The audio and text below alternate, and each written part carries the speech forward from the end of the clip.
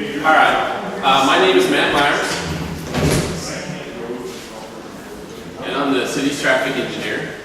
And we're going to go around the room and introduce some of the other people that are here with the city. I'm Ron Griffith. I'm also a traffic engineer. I've been with the city for about 18 years. In addition to that, I also serve as the city's bike coordinator. And then Julie Newellbach is actually our communications person. She's back on visiting with the gentleman. And then Jeff, why don't you introduce yourself? Jeff, you want to introduce yourself? Sure. I'm Jeff Pence. I see a few familiar faces. I'm one of the staff liaisons from the Community Development Department as a staff liaison to the Historic Preservation Commission. All right, so tonight, the format of the meeting, we have kind of a general presentation that we'll go over. Hopefully take about maybe 10 minutes. And if you want to ask like maybe 3 or 4 questions at large to the room, we can answer that. But what we'd like to do is go ahead, like Ron was going to take a table and I was going to sit at a table and actually get into more individual questions. And then at the end, actually stop and kind of take whatever we talked about at the tables and talk again as a group to see what was discussed and see if there's more things or clarifications or other questions that you guys want to do. The only thing I would ask is, I understand, Justin, the meeting's at 7 o'clock for the neighborhood association, so 7 o'clock is kind of our bookend that we're going to try and get into. And I think Emily and I talked about that we can stay for the neighborhood association. Some people had some other questions about 2nd Avenue. We could stay a little bit longer for that as well. But for this, we're trying to shoot and get done by 7. So clear as day. You guys are good? All right. I don't know how many repeat people I have who've seen some of this stuff, but we'll kind of go back through it. One of the things that we look at the two-way conversions is that traffic volumes and the need for really getting pedestrians that have a safe and walkable community. Those are really some of the objectives that we're looking at now for the two-way streets. Every day you still see some lanes turning the wrong way on one-way streets. Well, the traffic volumes on 2nd Avenue, 3rd Avenue, from the downtown area all the way through, really even this region, has changed dramatically. We should be able to handle things pretty easily with 2-lane roads, believe it or not. And a lot of this stems with just the change in environment. The Armstrong Center is no longer around per se. The 80s tech companies, those are all gone. We just had a lot of change. And so what you're going to see tonight kind of fits the vision of a very, I wouldn't say constrained, but appropriate road. It's got parking on it, it's got bike lanes on it, it looks at pedestrians, and it's very much more about fitting something into what a local neighborhood should be. So if you're asking us what the objective is, that's kind of what the objective is for the road. When we talk about it, that's kind of what our playing field is. Ron's actually the guy that kind of drew what's on the paper, and that's what he kind of thinks about when he's working with 2nd Avenue, okay? This goes into some past information. I just wanted to point out that for the 2016 conversions, right now they're working on 7th Street, so what they did to 8th over by Mercy Hospital, when they converted that to two-way traffic, they're going to mirror that on 7th Street, and that's what they're doing today. And then I wanted to go ahead and just mention the fact that for most of 2nd and 3rd Avenue, from downtown all the way up to 19th Street, quite a bit of those conversions will be done next year. The middle part of 2nd Avenue and 3rd Avenue, there's some signal modifications, it's really wide, and they're just currently working on that, and so that's just going to go into next year. This particular project is mostly about striping and signing, and we feel like we can still do that this year. So it's just a little bit different than everything else. And then on 3rd Avenue, we've had one public meeting, but we didn't get quite the public input for that project, and there are these Y intersections that are right on 3rd Avenue. We feel like we need to reach more out to the neighborhood and really get some feedback, because those intersections are kind of odd. While 2nd Avenue, everything's square to the world, the intersections are pretty standard. It just seems like we can do things a little easier with that. I think you guys have already looked at the maps, for the most part. These are the major thoroughfares that have two-way traffic on it. I'm sorry, one-way operation that are being looked at to be converted to two-way traffic. So everything in red is basically a one-way street. We're talking about this section right in here tonight. This is the 3rd Avenue I just mentioned. This is 2nd and 3rd. We're trying to get 4th done. 5th is a paving for started talking about, I want to say actually 16th, 15th, and that's this one, talking about converting it a little bit to two-way traffic. And I got asked about 3rd Avenue to Rockford just today. So I think that's this section that's right, wait a minute, this section is right in here. There has been no real discussions about Co and Oakland. I'm sorry. About this two-way pair right in here. I was trying to think if there's anything else. I don't think there is. We're leaving this, the school's right in here, we're leaving that alone. We're not talking about changing anything to the bus station. I think that's pretty much everything. The outer roads to 380, we're going to leave this as normal outer roads. So did you say that 5th Avenue is? This section, yes, that's a payment for progress. I didn't look what the date was on that. I think it's a couple years out. I know it's 2018, but I'm not positive on that. So, a lot of two-way conversions, when they pave the road, and like 7th Street's kind of that way, when they're working on the road, that's what they need to change. So in a couple of years, that will be switched to two-way when the paving project starts? Yeah, because then they can just put the striping on it. I kind of, I wish we could put a new roadway surface on this road, but the surface is very stable for what it is. And so we're trying to take that money and put it to other places where the roads are just really crumbled, for lack of a better term.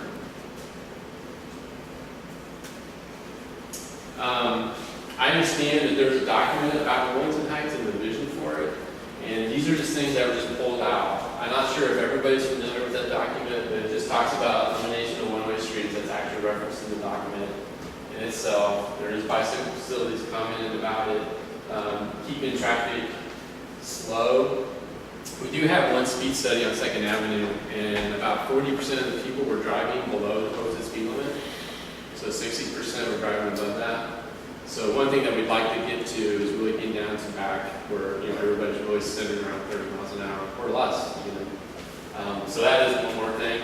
And then we always talk about pedestrian friendly, and really with what's drawn, we would call this a traffic calming project with all the bike lanes and parking. Excuse me. Yes. Some of us who went through the planning process, of which I'm thinking the document you're referring to says those things, have a different memory of that process. Oh, the process, yeah. And the conclusions that at least those of us who participated reached. There was not unanimity, let's say, about conversion of one-way to two-way streets. So I can agree with that. That's part of the city's deal that they sort of had. I think that was kind of part of their agenda going into the planning thing, and we got to talk about it. And then there was more talking about walkability, as I recall. So just historical note. Yeah. And that's one of the things I like about what's drawn. And we can really get into some of the specifics as we talk about walkability and how interactions with people and cars and how it's being designed. Okay? I kind of alluded to this already. We're focusing on 2nd Avenue. What we've drawn, we did not change where the curves are. We fit everything within the roadway width. We're not really physically changing the road. It's very much from curb to curb. The dimensions are on there. If we were going to fit parking on both sides, 2 bike lanes and 2 lanes, this is how it would look. We are going to look at the signal. We are looking at a 4-way stop there, and then at the 4-way stop, we're actually looking at a 2-way stop. So when you look at every block and you have comments or questions, the traffic control, really tonight is just give us your feedback for what you see. Everything that's drawn on here is, if we were allowed just to go out and do it tomorrow, this is what we would actually put down. In terms of the markings, any of the signing, there's no parking that's shown. We're trying to keep the intersections kind of opened up for sight distance as people are coming off the side streets, as well as be able to see that across the sidewalks.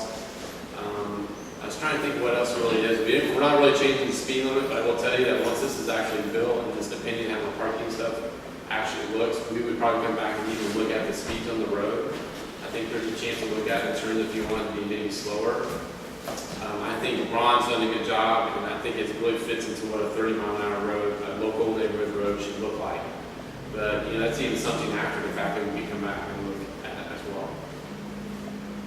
I wanted to come back to 3rd Avenue. I mentioned this earlier. We're trying to figure out a better way to come out to the neighborhood and really get some more feedback on 3rd Avenue. And the reason for that, I kind of want to point out, so if you know some people, when you look at 3rd Avenue, like these intersections that come in at Wise, like this one's been kind of rebuilt, there's one down there, they're just kind of odd. We need to reach out to more people and get more public input.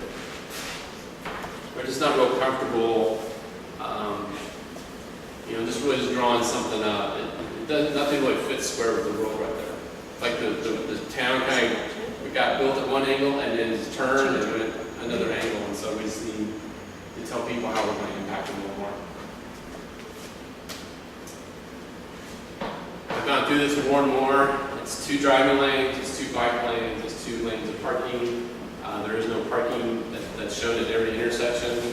We are going to look for the signal and the 4-way stop, and I'm not sure really there's anything really proposed at 19th Street right now. It's still just a stop sign. So I have a couple more questions, unless you want us to know at the table. No, actually what I promised was if you wanted to ask maybe like 2 or 3 questions at large to kind of get you all thinking, and then we can split up and then you can really dive into the details. And then I think we should get back together as a group and go over our stuff. So everybody hears the same thing and just kind of a clarification. You know, it's not a big group, but I think that would be good. But yeah, if you have questions, that's if you're all okay with the format, that's what I had in my head that we would go through tonight. Okay. All right, go ahead. Is there, when you're talking about parking on both sides of the road, are you talking at all about, is it parallel parking or is it angled parking like on the bridges? There's not enough room for angle. It's definitely parallel parking. Definitely parallel, okay. And then the other thing is there work being done with the city bus system so that way modifications to routes will be looked at or anything? No, I don't think we've shared this with the bus system much at all. And that's probably the first thing we should do is get back with them. There's at least one bus stop. I know on this end I was kind of watching, and that's something we should go back to and ask what they think about I'm bus just stops. thinking people with mobility issues and if Yes. now they don't can walk an extra block because the one way isn't there, then it might. Yeah, you're absolutely right. We have not really reached out to them, so we'll probably give them literally give them a copy of the plan and say what do you think. And that's what's interesting too is, you know, the bus stops are probably here for one way and then you flip it around. Yeah, Trent is very aware of the conversion projects that are going on. I mean, they've been involved in some of the planning, so they're aware of it. And I think that, you know, it's just more or less us following up. That's a good point as far as the route may change and people may have to walk less, which is a good thing. Yeah. Any other questions? Those are my two for you. Anybody else? I seen a group of kids riding down the street with bus tickets trying to get the bus to stop, and they didn't stop. Is it because we have designated bus stops, and it's just too bad that these kids had these bus tickets and they were chasing them down the street? Oh, you know, I have really no idea. I ride the bus and I go to the bus stop. I've never actually, you know, tried to make the bus stop. Yeah, but there was like 16 of them, and they all had bus tickets. Sure. And the bus just went on right by it. And I'm like, I really couldn't tell you. You know, I always go to the sign and I don't know how to answer that. You know, I've always done that. yeah. Sorry. Well, we can ask about that. That's something we can follow up on, what their procedures are. There is you know, they do have a route. They are very time constrained, and they do, you can get on the app and you can literally see where the bus is on the route, so you know where they're going to be stopped. So I don't know what the performance measure is to make sure that you get to each one on time. I understand that, but sometimes I think kids don't quite get it. Sure. No. I just want to see a kid get run over by a bus. Okay. That's where I'm coming from. Sure. Because this was kind of scared me when I seen this going on. Okay. Any other questions? You fast forwarded the past, Oh, I'm and sorry. you haven't discussed them. Stop signs. Let's see. Yeah, I mentioned the fact that we were gonna talk about the four-way stop, and we're evaluating that, whether it should be kept as a four-way stop or looked at as a two-way. And then the signal itself, we're actually evaluating, should it be a four-way stop, and how we would handle that. Is if that we what, did is that that. what the stop is now, on 13? 13th is the signal, Is the signal, okay. and 15th is the four-way stop. And actually, the signal may be a little harder to pick out on the plans, but the four-way stop, I think actually, you can find it. The signal arms are kind of hard to see on the plan. You can see the poles if you look really, really hard, but they're not that easy to pick out. You tend to look for the stop arms. I think that the biggest thing is, you're saying maybe not make it a two-way stop, which means you're going to stop the street, not the avenue. Yes. Okay, that's where the situation is, where if you don't make them stop, I don't care what kind of speed you have on there, how many lanes you have, if they can go all the way from 10th to 19th, they are going to fly as fast as they can. I don't care what the speed limit is, how many lanes you have. We have a lot of experience in doing this, and I think what's on the plan sheet really will hit the 30 mile Well, that's what I'm an hour. saying, you don't eliminate that four-way stop. Well, actually, if we did eliminate it, I'm telling you, I feel very confident about that. Well, We have a lot of experience. doing you may this. have a lot of experience, but do you live here? Do you I live have a here? lot of experience, and I live in Cedar Rapids, so yes. No, do you live here? Do you Not in any watch the, specific neighborhood, but I do watch traffic. do you watch the traffic fly past your house at 4:30 in the afternoon?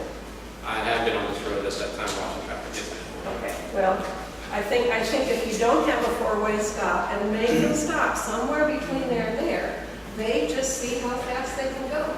Talking about Second Avenue or Third Both Avenue? of them, both of them. If you eliminate, Second Avenue, those stops clear down but there. he's talking about eliminating. Yeah. So does anybody else have any other questions? I have another question. Sure. When you're talking about the intersections with the stops, are you looking at vehicle transportation, or are you looking at pedestrian People walking. people walking? Yeah, that's basically what I'm getting at, because I know that the four-way stop, not the signal, but the stop one, that there's a lot of walking traffic right there, and so I didn't know if that was getting looked at too, to make sure that people were. Yeah, we need to look at that as well. And those are the comments we want to hear. Because you guys do live here, so you may have more information that may be helpful before we make decisions, so. So I you just know that guys- there's lots go of ahead. times, and there's lots of times that I'm stopping, I stop at the four-way because it's a stop sign, but I'm stopping and waiting for a person, not waiting for a car. That's what happens more often than Yes. not. And when we do counts, we do pedestrian counts in addition to vehicular counts, and that's what we said. No, actually, I was going to get into the fact that, we focus on those two intersections because, they're kind of different than the other ones, but the fact of the matter is maybe there's a different place that the pedestrian crossing needs to be even enhanced. That's not even those two locations. So that would be something to think about tonight as well. So are you talking that on Second Avenue, from 19th clear down to 13th, will be no stop sign? That's something we can consider, yes. So just think about that and we can just talk about that tonight. Well, So you guys want to split up now and, all right, Ron, you want to take here's this the table? major thing about that. You've got a ton of people walking, grocery-wise, over to High Beach and back. That's And if you've got no traffic light, no stop sign for people stopping on this avenue, those people are going to be waiting and waiting and waiting with their groceries in hand, Or running ice out. cream, Yeah, you can milk. talk to Ron and we'll note that. Yeah, so Absolutely. they need to know it too. Yeah, I'll certainly